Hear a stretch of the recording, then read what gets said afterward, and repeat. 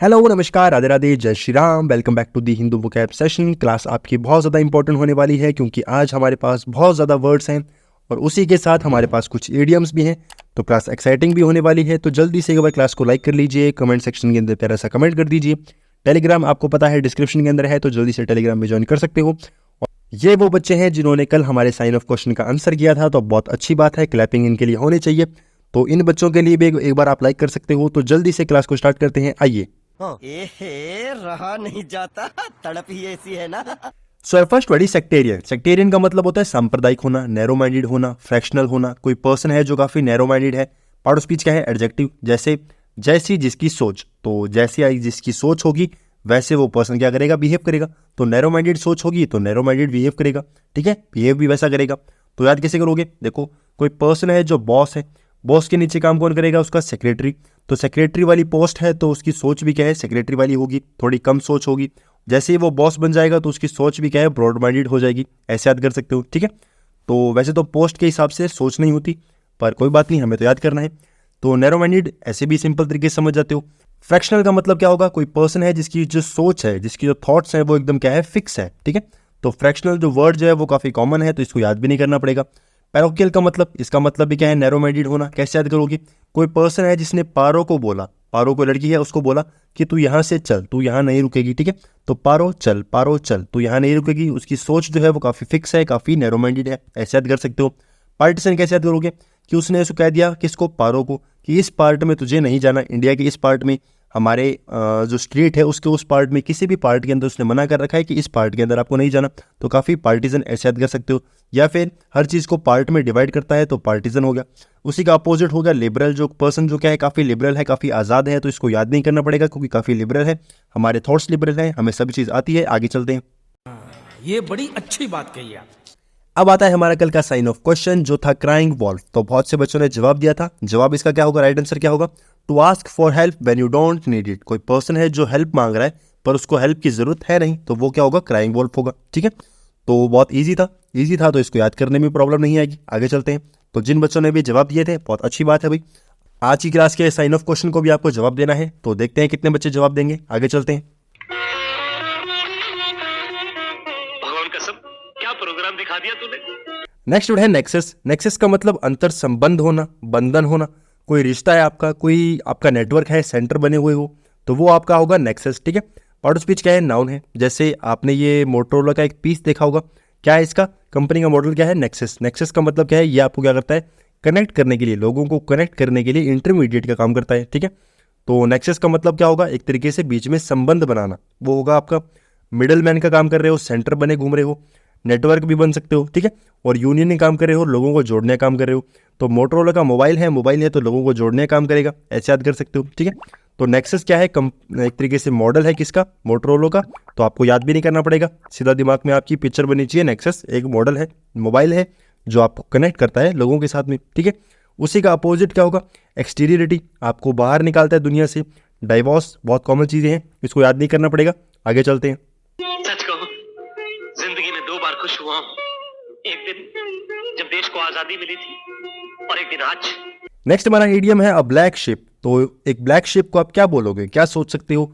Being normal, या फिर आप किसी फैमिली के अंदर डिस्ग्रेस हो चुके हो, या फिर आप फैमिली के जेम हो, या फिर एक्सपर्ट हो, क्या हो सकता है? राइट आंसर इसका क्या होगा? Being disgrace to a family. किसी फैमिली के अंदर डिस्ग्रेस हो, काफी ज्यादा आपकी शर्मिंदगी महसूस होती है किसी फैमिली के अंदर, तो वो होगा अ ब्लैक शिप, ठीक है। बहुत ईजी था, ब्लैक शिप। आगे चलते हैं। नेक्स्ट वर्ड है कैप्टिव। कैप्टिव का मतलब होता है कैद कर लेना, या फिर कोई पर्सन है जिसको बंदी बना लिया। तो कैप्टिव का मतलब क्या होगा? कैद कर लेना, ठीक है। केज कर लिया आपको, एनस्लेव बना लिया। पार्ट ऑफ स्पीच क्या है? एडजेक्टिव है। जैसे मैं यहाँ फंसा हुआ हूँ मेरे भाई, मुझे यहाँ से बाहर निकाल, कैसे भी करके निकाल, ठीक है। तो बाहर निकालने की बात होगी तो इसको बाहर निकालते हैं जल्दी से। पहले वर्ड को याद करते हैं। कैप्टिव कैसे याद करोगे? किसी पर्सन को कैप पहना दी। कैप मतलब क्या है? पागल बना दिया, ठीक है। तो टोपी पहना दी, ऐसे बोलते हैं लोकल लैंग्वेज में कि टोपी पहना दी। टोपी पहना दी मतलब पागल बना दिया, पागल बना के कैद कर लिया। ऐसे याद कर सकते हो, ठीक है भाई। अच्छा, इसके सिनोनिम क्या है? केज कर लेना, किसी को केज में बंद कर चुके हो। एनस्लेव का मतलब क्या होता है? किसी को स्लेव बना लिया, किसी को अपना गुलाम बना लिया, ठीक है। तो स्लेव बना लिया आपने किसी को, तो स्लेव बना लिया मतलब कैद कर लिया, कैदी बना दिया, बंदी बना लिया। और इम्प्रीजन के अंदर प्रीजन है तो याद नहीं करना पड़ेगा, किसी को प्रीजन में बंद कर चुके हो। अब उसी का अपोजिट क्या है? किसी को आज़ाद कर दिया, लूज कर दिया, फ्री कर दिया। सब बेकार वर्ड है। ये जो इंपॉर्टेंट वर्ड थे हमने डिस्कस कर लिए, आगे चलते। मैं तो थक गई भाई। अब ये है कुछ इंपॉर्टेंट वर्ड्स जो रेगुलरली दी हिंदू के अंदर यूज होते हैं तो जल्दी से इनको देख लेते हैं। फर्स्ट वर्ड है सॉलिडारिटी।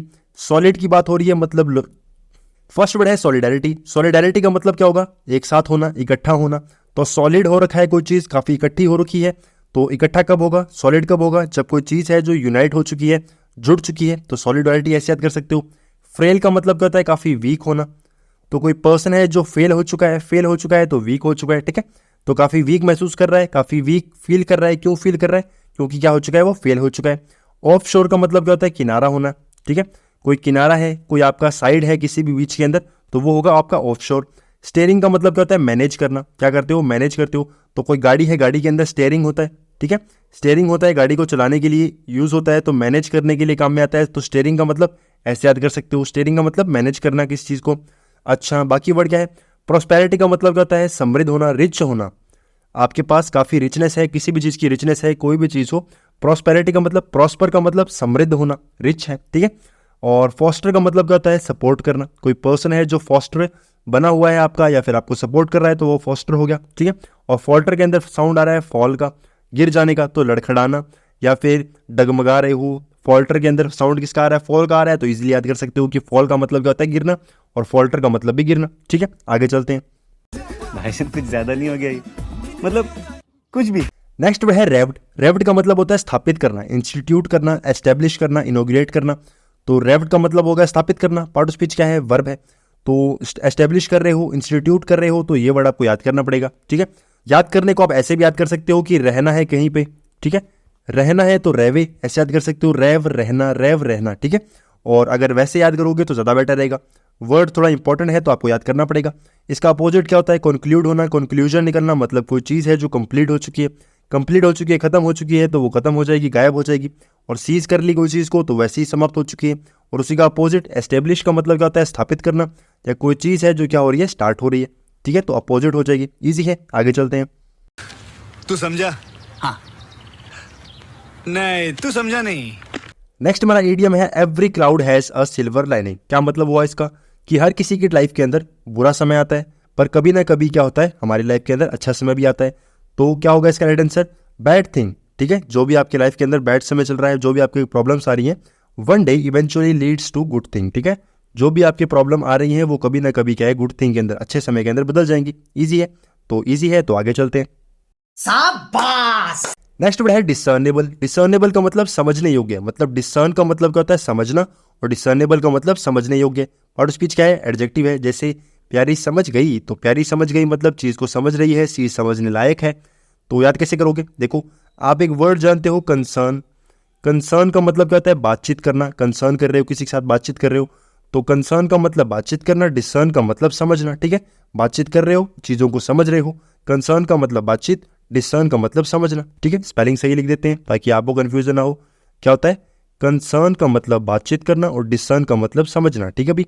तो डिसर्न का मतलब समझना और डिसर्नेबल का मतलब समझने के लायक है कोई चीज़। अच्छा, अब इसके सिनोनिम क्या होंगे? अपेरेंट है कोई चीज़ जो अपीयर हो रही है। क्या हो रही है? अपीयर हो रही है मतलब क्लियर है मतलब समझने लायक है। डिस्टिंक्ट है मतलब काफ़ी अलग है, ठीक है। डिस्टिंक्ट है, अलग है तो समझने लायक है। ऑब्वियस तो बहुत कॉमन वर्ड है। ऑब्वियस का मतलब क्या होता है? कोई चीज़ जो आपके लिए काफ़ी ऑब्वियस है, काफ़ी कॉमन है, काफ़ी रियल है, ठीक है। रियल है जो काफ़ी आपके सामने है, स्पष्ट है, उसको हम क्या बोलेंगे? ऑब्वियस बोलेंगे।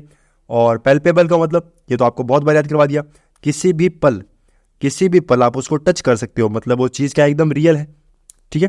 तो किसी भी पल आप उसको टच कर सकते हो, आप एबल हो इतने कि आप उसको टच कर सकते हो, पैल्पेबल, ठीक है। अब उसी का अपोजिट क्या होगा? किस चीज़ को समझ रहे हो मतलब वो रियल है, उसी का अपोजिट वैग है। वैग का मतलब क्या होता है? अस्पष्ट होना, जो चीज़ आपको दिखाई ना दे, ऑब्सक्योर होना। तो ये जो वर्ड्स हैं, ये आपको मैंने पहले कहा था कि ये जो वर्ड्स काफ़ी इंपॉर्टेंट है, आपको याद होने चाहिए। तो वैग का मतलब अस्पष्ट होना, और ऑब्सक्योर का मतलब भी क्या होता है? अस्पष्ट होना। तो दोनों चीज़ें आपको याद होनी चाहिए क्योंकि ये एग्जाम्स के अंदर काफ़ी रिपीट होती हैं। आगे चलते हैं। मैं तो फिर से थक गई। नेक्स्ट वर्ड है श्राउड। श्राउड का मतलब होता है ढकना या छिपाना, किसी चीज़ को ढक रहे हो, मतलब कवर कर रहे हो, वेल कर रहे हो, वो आपका होगा श्राउड। पार्ट ऑफ स्पीच क्या है? नाउन है। जैसे माल किधर है मतलब माल छुपा रखा है, तो जल्दी से ढूंढते हैं इसका राइट आंसर, फिर इसको माल को ढूंढेंगे। तो श्राउड कैसे याद करोगे? कोई पर्सन आपके ऊपर शाउट कर रहा है, क्या कर रहा है, शाउट कर रहा है, चीख रहा है, चीख रहा है, तो आपने अपना क्या किया, सर को ढक लिया, ठीक है, अपनी आंखों के आगे आपने अपना हाथ रख लिया कि आप छोटे से बच्चे हो, तो छोटे से बच्चे के ऊपर कोई चीखेगा तो आप डर जाओगे, ठीक है। तो ऐसे याद कर सकते हो कि कोई शाउट कर रहा है तो आप छिप रहे हो, ऐसे भी समझ सकते हो। कवर कर रहे हो अपने आप को, वेल का मतलब क्या होता है, जो घूंघट वगैरह होता है, तो ये आपका चेहरा है, चेहरे के आगे मैंने क्या बना दिया, घूंघट बना दिया, तो कोई आपको देख नहीं पा रहा। क्लॉक के पीछे आपने कुछ ना कुछ छुपा दिया, ठीक है, तो ऐसे याद कर सकते हो कि क्लॉक के पीछे आपने कुछ ना कुछ छुपा दिया, आपकी कोई सीक्रेट चीज़ होगी। अच्छा भी, सेरमेंट का मतलब क्या होता है, जो हमारे कोई भी पर्सन है जिसकी डेथ हो जाती है और उसके ऊपर क्या है, हम कोई चादर वगैरह कोई भी कपड़ा वगैरह लगाते हैं, उसको हम क्या बोलते हैं, सेरमेंट बोलते हैं। तो हमारे जो कोई भी पर्सन कोई भी हो XYZ, उसको क्या करते हैं, जब ढकने का काम, जो छिपाने का काम करता है, वो क्या करता है, सेरमेंट होता है।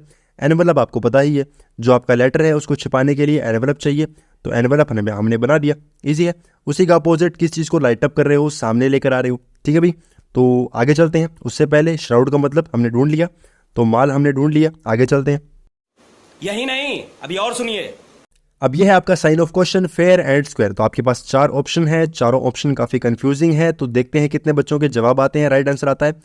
मुझे उम्मीद है कि सभी बच्चे इसका राइट आंसर देंगे, तो देखते हैं कितने बच्चों के जवाब आते हैं। खत्म,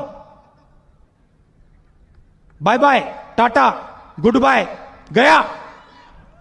सो फ्रेंड्स, क्लास हो गई खत्म। आई होप आपको क्लास अच्छी लगी होगी। अगर क्लास अच्छी लगी है तो कमेंट सेक्शन के अंदर प्यारा सा छोटा सा कमेंट कर सकते हो, टेलीग्राम ज्वाइन कर सकते हो। क्लास को लाइक किए बिना कोई नहीं जाएगा। Thank you very much.